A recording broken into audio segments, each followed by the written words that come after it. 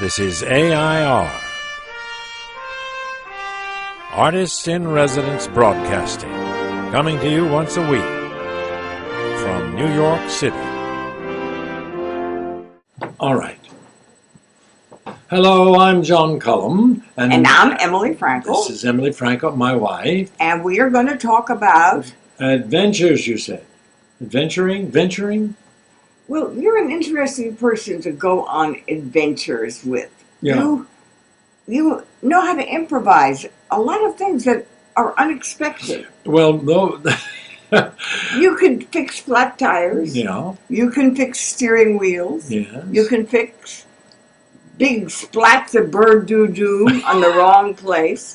Okay. You're very helpful. We used to go down the road and, just make up our mind and just grab a whatever. We had this old car. We grabbed our old car. The Blue Beetle. But this thing that what happened that time that we were stuck. Oh, yeah. And man. It was not snow. We've been driving all day long. We'd gone swimming in the lake, and we're out on these roads that were running through what looked like a swamp or something. Well, we never knew where we were going, so sometimes we'd say, "Let's just turn here." And we'd go down. Well, we were we lost when this happened? We didn't care about being lost as long as we could move. Well, I cared about being lost, but you always could find your way out of a terrible jam. But you're a good guy. Thank you, Emily. You're not the bad yourself. You're a good guy. You find your way out of jams.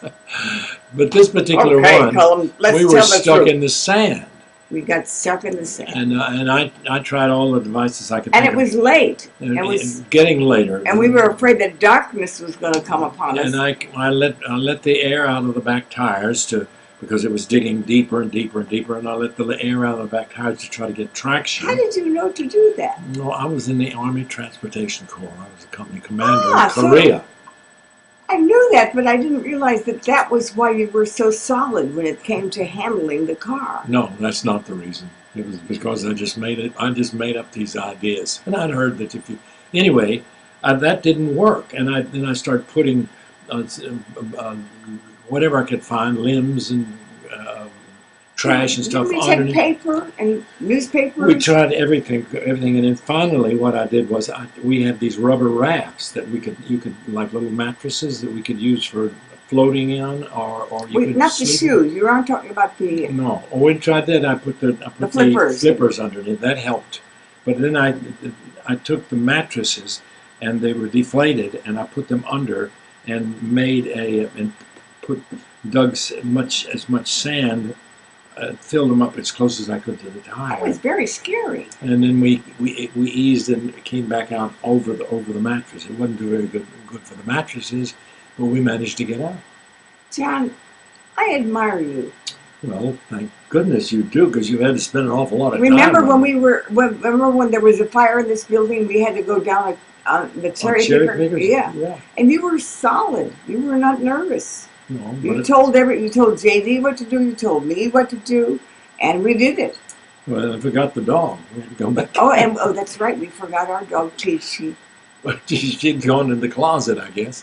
But did I come back, or did the fireman get it? I think you came back. Well, anyway, that was spooky. I'm going to call John. And that was arson. That was really arson. Our lives were saved by a man next door that we didn't know. He was up on the top floor, and he worked all night long sometimes. And he happened to see this guy, and he knew that he was not supposed to be in that neighborhood at that time. He'd seen him before. And this guy was ticked off at us because of something that I'd said and chased him away sometime. And he deliberately set the building on fire. Well, the building didn't burn. The cherry picker arrived.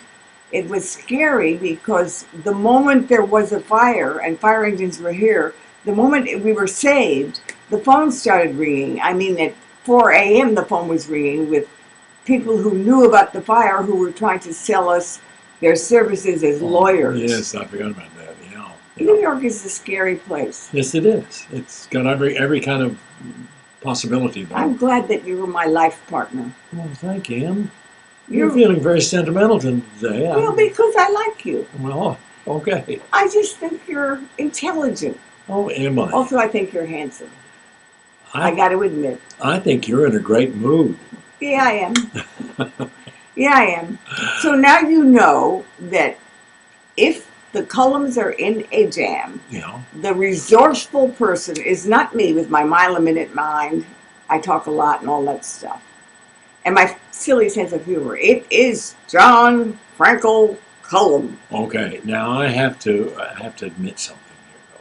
What? Now, when we get into trouble, Yes. and I have to use my best brains and my heroic nature to get out of them. Right. I always consult you, and I don't tell you always that I'm following your instruction, but I get as much information out of you as I can before I start into some kind of venture. I think we're a good team.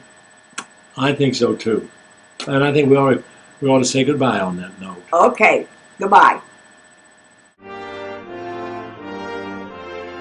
This is AI.R. See you next week.